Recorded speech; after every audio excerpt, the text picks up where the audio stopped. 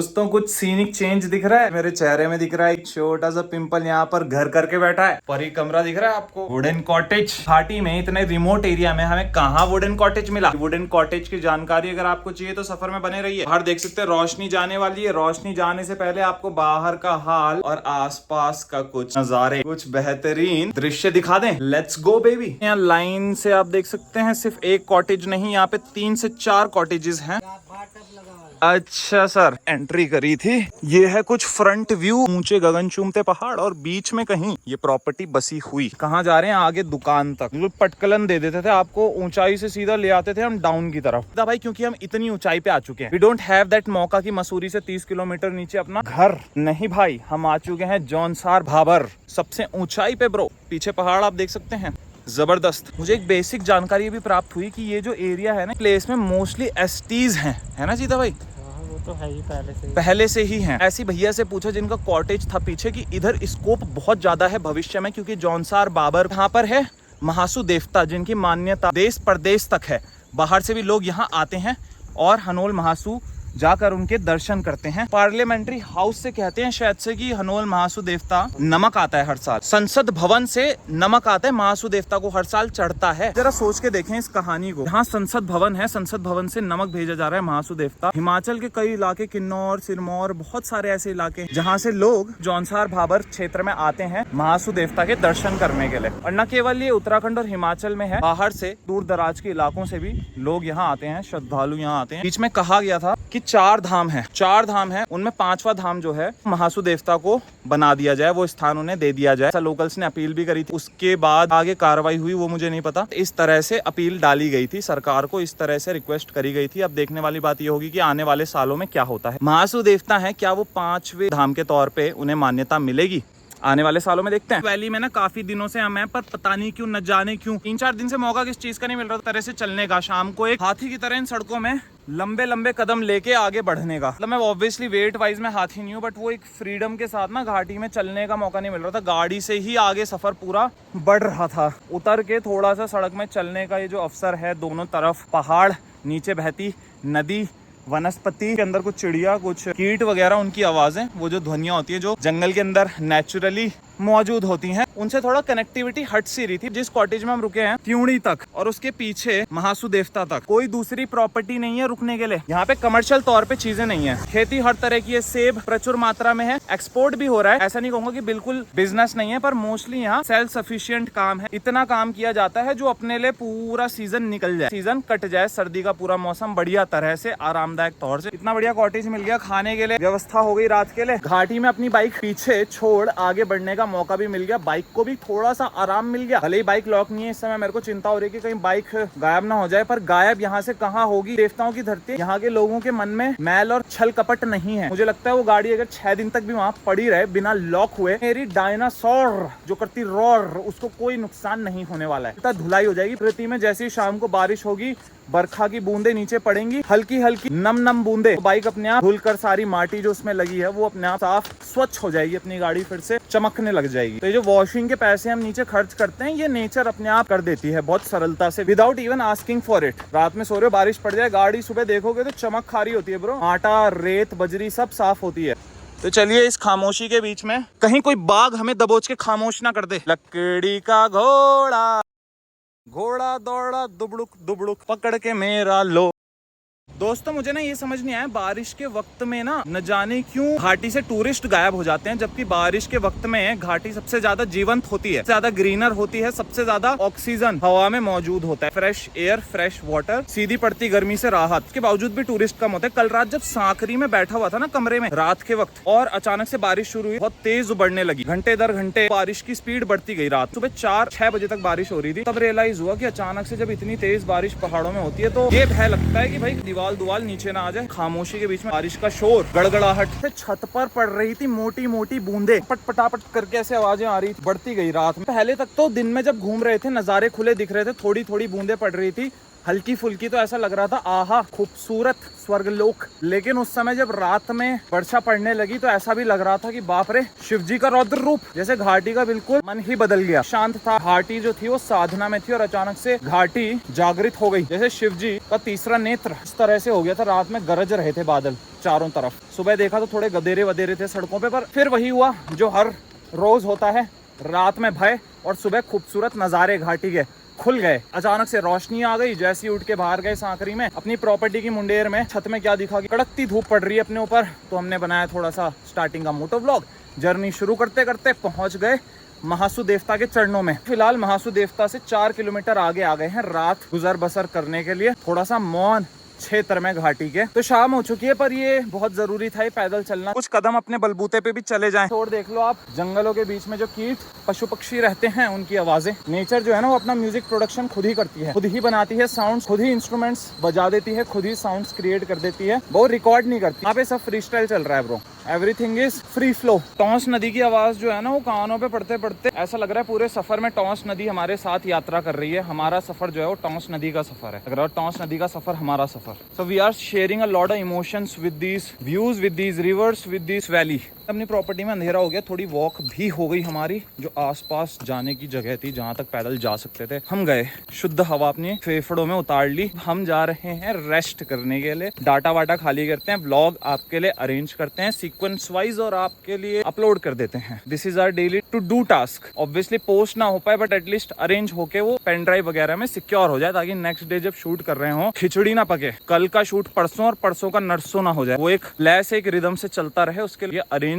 करना is a big task. Edit करने से भी सफर के समय पे कंटेंट मिसप्लेस होने के चांसेस बहुत रहते हैं। भागा दौड़ी में जल्दबाजी के चक्कर में कुछ फाइल्स मिसप्लेस हो गई, सीक्वेंस टूट जाता है। इस तरह से यहाँ पे ये जंगली कीट जो हैं ये आवाजें कर रहे हैं, इतना शोर मचा रहे हैं। लिटरली बताऊं, ये एक प्रकार का कीड़ा होता है, इसकी आवाज कुछ अलग सी ही गूंजती है। मैं चुप होता हूँ, आप सुनो। न जाने क्यों इसने मेरे मन की बात पढ़ ली। मैं जैसे ही चुप हुआ कीट भी चुप हो गया।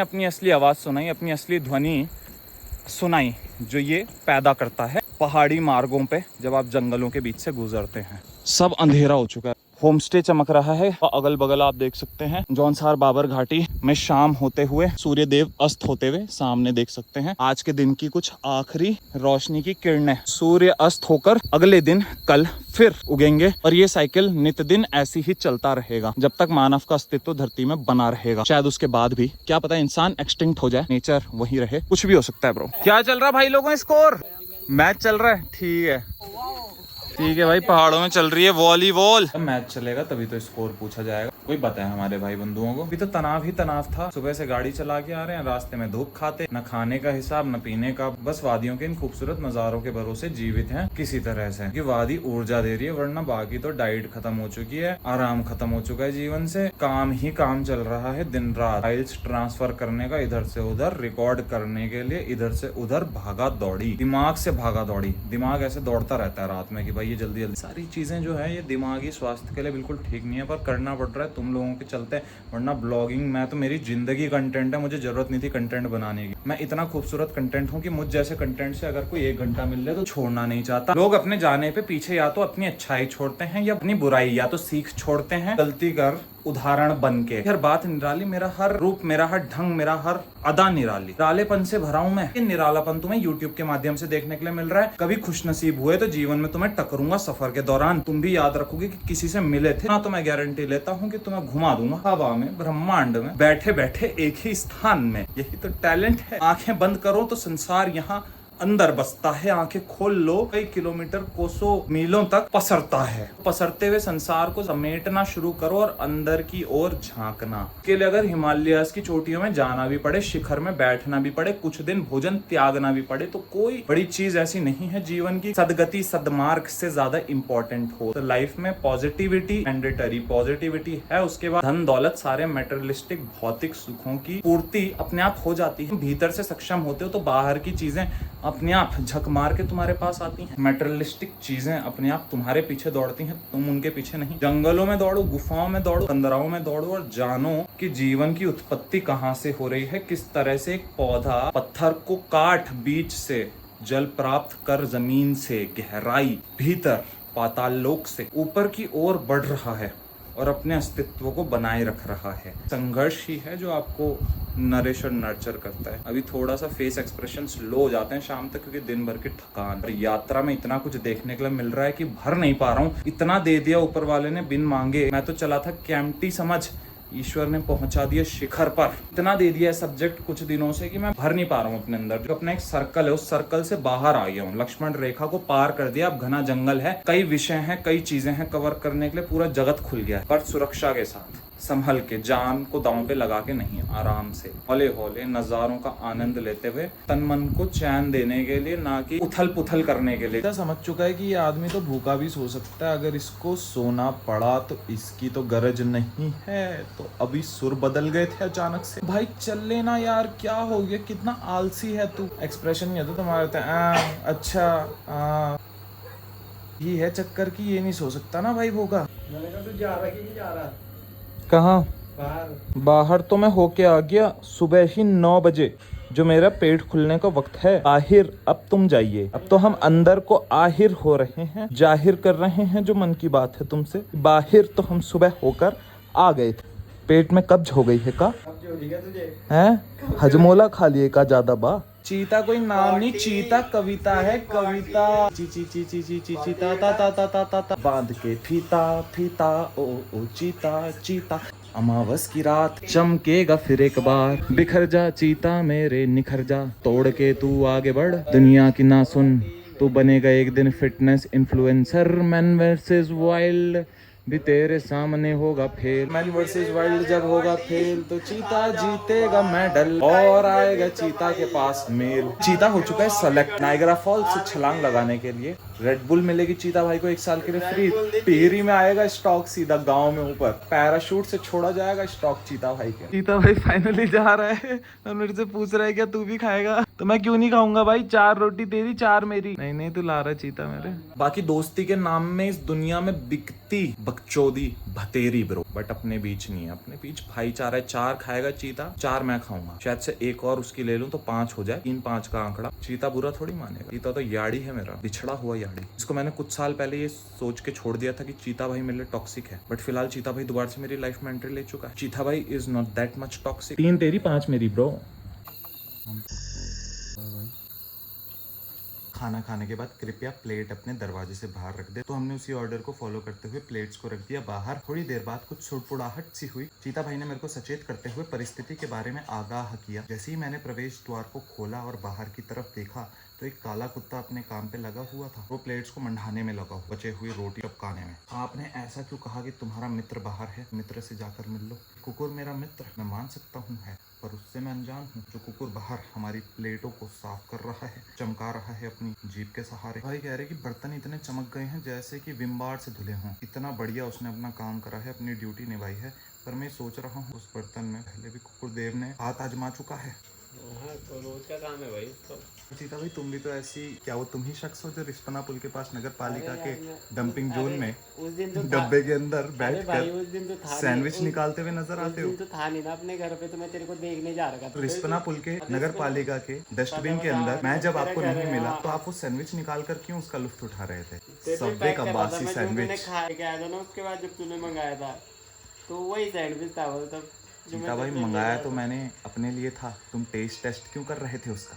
तूने करना है क्यों? जब मैं गाड़ी से बगल से निकला और मैंने कहा चीता भाई तो आपके मुंह में वो सैंडविच था, जो इस बात का गवाह है कि आप रोज वहाँ मूसे की भांति सैंडविच ढूंढने जाते हो। वो गवाह मेरी नैन और मेरे मस्तिष्क में, यादों में मेरी बसा हुआ है। जो खाया था तुझे सैंडविच, जो आप बड़ा ही स्वाद लेके लुफ्त लेकर खा रहे थे। आनंद में झूम गए तुम उसके बाद। फिर उसके आगे चीता भाई दांत था, उसमें जो सड़न पैदा हुई वो भी उसमें से कंटेमिनेटेड सैंडविच होने के कारण ही हुई। वो हो गया ना, खून निकल रहा। जोक्स असाइड, चीता भाई का आयुर्वेदिक टूथपेस्ट लगाने के बाद मेरी मसूड़े हो गई हैं strong. Just in 1 day. Dabur लगाते हो ना, आई सॉलिडली रिकमेंड यू कि डाबर इस्तेमाल करें। चीता भाई के गाँव से लेके आ रखे हो, टेमरू के डंडे से निकाला। तू क्या सोच रहे हैं, गाजर खिलाएंगे? टेमरू के डंडे से पेस्ट बनाते हैं। पेस्ट बनाया हमने। चीता भाई तुम्हें किसने बनाया जिंदगी में जो तुम्हारी ये स्थिति हो गई? किसने टोपी घुमाई आपकी? नेचर पे ही बड़े हुए अपना। पर ऐसा लगता है कि किसी ने आपके सर से टोपी घुमा दी। जब से वो टोपी घूमी तब से आपके बाल भी घूम गए, घुंघराले हो गए। तो बहुत बोरिंग होते जा रहे हैं। जब से इनको साउथ इंडियन मूवीज ड्रामा देखने का चस्का क्या लगा, भूल ही गए कि we are in the content creation field. साथ में होते हैं तो कंटेंट होता है, नॉट समवन एल्स का कंटेंट। अपना कंटेंट निकाला जाता है, बातों को बुना जाता है, किस्सों को घुनाया जाता है, दा पकड़ के कुछ बनाना पड़ता है। चीता भाई देख रहे हैं अपनी साउथ इंडियन पिक्चर काफी देर से, तो किस तरह से कंटेंट बने। 3-3 घंटा साउथ इंडियन पिक्चर देख रहा है ये भाई, देख लो इसकी शक्ल। कंटेंट दूसरे का है, अपना नहीं। अपना कंटेंट कब आएगा? हम लोगों का कंटेंट पेंडिंग चल रहा है। जीवन में सक्सेस की अहमियत चीता भाई ढांड बराबर हो गए हैं, उसके बावजूद भी उनके करियर की चिंता मुझे सताती है, उनको सताने के बजाय। तो ये उल्टी यहाँ पर रीत चल रही है, उल्टी गंगा बह रही है। हमारी भी जरा कश्ती कोना पकड़े, हमारी भी कश्ती जरा भंवर से बाहर आए। सपोर्ट कर पाएंगे जब वो सही राह पे चलेंगे, जब खुद के कंटेंट पे ध्यान देंगे, दूसरों का कंटेंट कंज्यूम करने के बजाय। चीता भाई को समझाने का कोई फायदा नहीं, उम्र बीत चुकी है, हाड़ के दांत टूट चुके हैं। उस उम्र से मैं चीता भाई का संग किए हूँ। आज भी चीता भाई चीजों को लेके कई बार सीरियस नहीं होते, पर होना पड़ेगा। इतने आराम से बैठे हुए हैं ये फोन लेके। मतलब इस समय हम अपना कंटेंट बनाते थे, वो कंटेंट का समय उन्होंने साउथ इंडियन पिक्चर्स को दे दिया बनाने का। तो तुम्हारे सर्कल में भी तुम्हारा कोई ऐसा जिगरी मित्र हो ना, तुम्हारा अपना दगड़ी हो, तो उस दगड़ी की अगर हरकतें इसी तरह की अतरंगी हो तो कृपया उसे नीचे मेंशन कर दे, क्योंकि मेरे पास भी एक ऐसा दोस्त है जिसकी चिंता उसे खुद करने के बजाय मुझे करनी पड़ती है। दोस्त भाई हमारे पास भी हैं, गिनती के ही रखे हैं, पर एक आध हैं इस तरह के पीस भी। समझ रहे हैं? भविष्य बनाना है, चीजें सुधारनी है, ताकि साउथ इंडियन इंडस्ट्री में कभी तुम्हारा चेहरा भी मैं देख पाऊं किसी अच्छे मुकाम पे। साउथ इंडियन ड्रामा जरूर देखिए, पर अपने जीवन का ड्रामा न रुकने दीजिए, क्योंकि जीवन एक ही बार मिलता है। Do something for yourself too. अपना बहुत सारा काम है ड्यू। भाई के साथ ना जिंदगी में वही कहानी है कि उनको सिखाओ क ख ग घ छ ज झ अइया। शाम को चीता भाई पूछे भाई क्या था अइया और क्या था क ख नहीं पता भेद, अइया का नहीं पता भेद। पूरे दिन सिखा सिखा के कमर हो गई टेढ़ी। उसके बाद भी चीता भाई से गम बन जाती मेरी पुछेड़ी। काट दूंगा मैं, it was not scripted, improvised. हाँ नहीं डलता वो तो कटेगा।